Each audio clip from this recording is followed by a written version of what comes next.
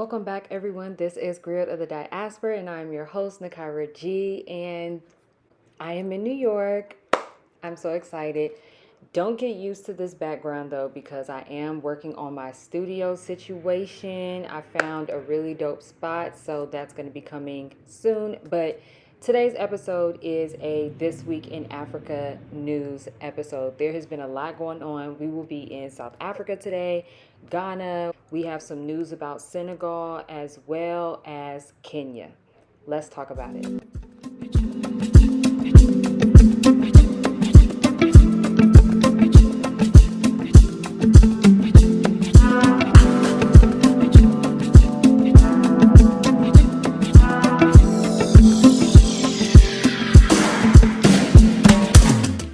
Okay, y'all. So there's been a lot going on. I was really going to wait to even do this episode when I was in the new studio, but I was just like, let me hurry up and get something out. I hope you guys have saw my recent interview with Chief Moomin, who is the playwright of the Mansa World Project, which is a theater play and orchestra.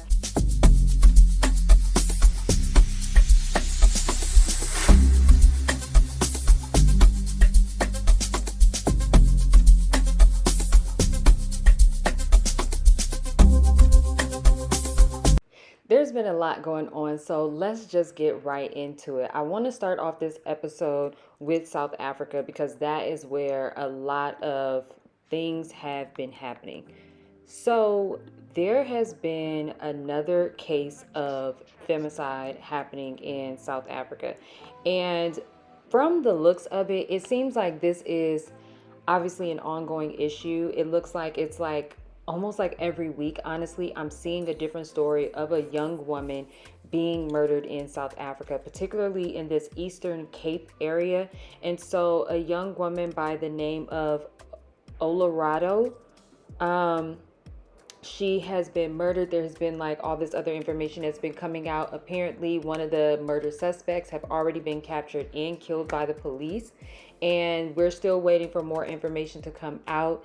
And this story is really unfortunate because, like I said, South Africa is very well known to have a very big femicide issue. And I mean, all over social media, South African women are telling their stories. There have even been a lot of women who are coming out saying that they even recognize the murder suspects and that they have had different instances or situations with these people. So it's really unfortunate. And so I want to read some of the information that I have here. This young woman was found murdered in Lombardy, Johannesburg, after she was reported missing. Olorado Mangali, she was 30 years old. She was a journalism graduate from Rhodes University, and her body was dumped by a car on a sidewalk, police say, as she was potentially going on a date. And so I really just want to kind of echo a lot of the messaging that I was seeing from a lot of South African activists, as well as South African journalists and media professionals, as well as just social media users. You know, there's this concept, especially towards African women, there's kind of like this marketing that, oh, women need to be more careful. Every time a woman gets murdered, you just hear these campaigns and these messages directed towards women. And it's never saying, men, stop attacking women. Men, stop killing us. Men, learn how to be better human beings on this planet. You never really hear that. You really just hear, oh, women need to be more careful. They need to make sure that someone knows where they're going. Oh, they need to stop making the wrong choices in men. Oh, women need to stop wearing this. They need to stop going out with these people. And it's like, there is literally nothing that you can do to stop a man from attacking you or murdering you other than the man not doing it. That's it. There is no magical education. There is no magical outfit. There is no mode of protection other than men being better human beings. Like, that's it.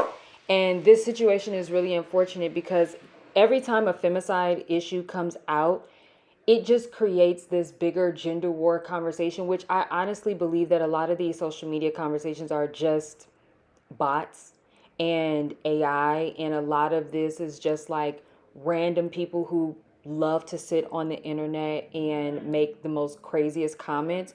But it's really disgusting because women are really dying in these countries that people talk about for vacation and for destinations, but these are real places with real situations. And I feel like South African women are a group of women, along with Nigerian women as well, that I hear the most complain about their femicide issues in their countries. And that's not to say that it's not worse in other countries. Real quick, y'all, make sure you download my new ebook. It is a travel planner and journal. I made this about 1.5 years ago, and it's really, really cool. There are 10 different entries. So as you are on your travel journeys, make sure you download this ebook. It's only $10, and you can get it on my website today at nakedgoldonline.com. You can download it, you can print it, whatever works for you. Make sure you cop that today. So let's catch a flight real quick. Let's go to Ghana. So I got in a few days ago, and interestingly enough, a story broke that the Ghana embassy in the U.S. here in Washington, D.C. was shut down temporarily because there is an alleged scandal that the head of IT, there are speculations that he was having the funds from the visa applications go directly to his personal bank account. And so there is a whole scandal about that. And we are, like I said, still waiting for information to come out. But there is a video of this head of IT guy basically defending himself. I believe his name is Fred. And it looks like he is defending himself, saying that that is not true. So let's take a look at this video. Embassy in here to make life comfortable for Ghana for any Obia Beba Hono. That is why you were Isn't that what I did? No, but this time, no, you are paid as a staff of the embassy. You created a solution using resources of the embassy for your personal benefit. That is where the problem is. Okay, but you, I was working for the embassy. Yeah. I was getting paid for the other stuff that I do for the embassy. Yes. Not for that solution that I provided for the outside. Outsiders were paying me to go buy their return envelope and prepare their labels and make sure they can be communicated effectively from when the application leaves to when it gets delivered to them. These are two different things. So if I had put a charge on coming up with that idea, for example, certain amount of money, so for me providing or coming up with this intellectual idea, the government should pay me this, and I may start operate here. It's a whole different ball game. Because if I ask the mission that, so I don't know. We will see how that goes. Obviously there were a bunch of comments basically talking about the corruption and just how this you can ask, how do these things happen? But then unfortunately, when you've lived in some of these places, it's like, it happens every day, B. It happens literally every day. So that was very weird. But an interesting story out of Ghana by Wodemaya. He recently released like this video of this speech. I'm not 100% sure where he was when he made this speech, but I seen this speech and I don't know how old it is. I just recently saw it because it seemed to have been in the algorithm of all of the things going on with Burkina Faso and with these different African presidents going against him and some of them sticking by his side. And I believe recently, there have been just different presidents in Africa who have been denouncing protesters to be able to protest in the country, like President Tinubu in Nigeria. And so we're seeing some things happen. But anyways, in Wodemaya's speech, he said Africans don't have any friends except themselves. And he basically was talking about how all of the, the Chinese and the Lebanese and the Turkish and the Indians and all these people are doing so much work in Africa. But when it comes to the politics, And when it comes to visa-free countries, and when it comes to things like that, we're not seeing a lot of reciprocation. Africa can only be built by Africans. Don't let anyone lie to you. China is not your friend.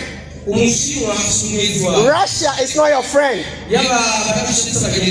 Europeans are not your friends. Your fellow Africans are your brothers and sisters. And it's about time for you to start trading with each other. It's about time for us to put our differences aside.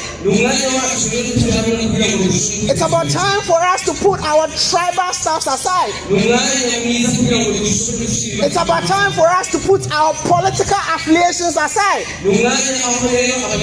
and come together and build Africa. There was this tweet that went out that talked about how China just released a list of visa-free countries, and none of them were Africa. None of them were in Africa. And so now people are like, oh, that's funny because the Chinese are all over Africa, right? But they still have not created pathways to make it easier for people who would like to work and go to school in China. They're still not giving that privileges despite them having hundreds of mining companies all over the continent and all of these other things that a lot of people, it's funny because you have this demographic of people who believe that the Chinese are doing all this good work in Africa and look at what they doing. Oh, the Black Americans, they ain't doing nothing like that. Look at what the Chinese doing. And again, like I said in my last video about diaspora communities in Ghana being problematic, the Chinese